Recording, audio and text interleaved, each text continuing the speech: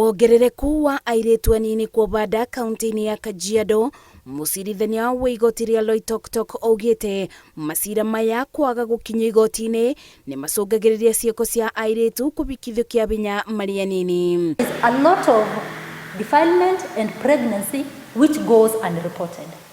The numbers we are having is just a fraction. The cases which are registered is just a fraction. Last question on the issue of poverty making people unable to access justice.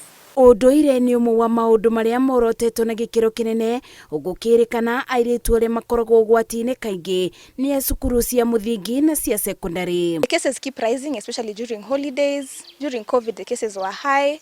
So we keep on talking to these girls, but I think a lot more should be done in schools. And concerning GBV, people also need to be empowered. Aciari magĩtarĩria rũgendo rwa kũrera ciana ciao mugĩte gĩkoragwo kĩbarua kĩritũ rĩrĩa matigĩrwo ciana ici nĩguo nyina akathome, amu nĩ kuuga atĩ mabata mongererekaga maita merĩ. Sasa wakati mtoto anapata mtoto inakuwa ni changamoto mingi sana kwa mzazi, kwa sababu unapata unashika ule mtoto, unapata yule mtoto pia anakutegemea kwa sababu ya ule mwili mdogo, unapata wewe mtoto mpaka aende shule anakutegemea pia, na wewe mwenyewe una kazi ya kufanya watoto waendelee.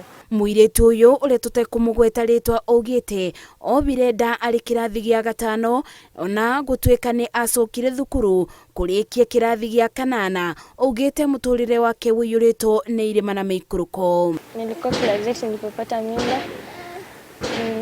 Nilikuwa nimebakisha miaka 2 nifanye KCPE. Alafu nikaendelea tu kubeba mimba nikiwa class 8 mpaka nikafanya mtihani. Nilipomaliza class 8 nikakuja nikajifungulia nyumbani. After nimeshamaliza class 8 nikanyonyesha mtoto mwezi mmoja na wiki 2. Nikaachia mama mtoto, nikapelekwa shule. Nilipata mimba mwezi wa 12. Tulikuwa bado tumefunga shule. Tukafungua shule, tukaendelea mwezi huo. Nilikuwa term 3. Tukaendelea kwa nikamaliza.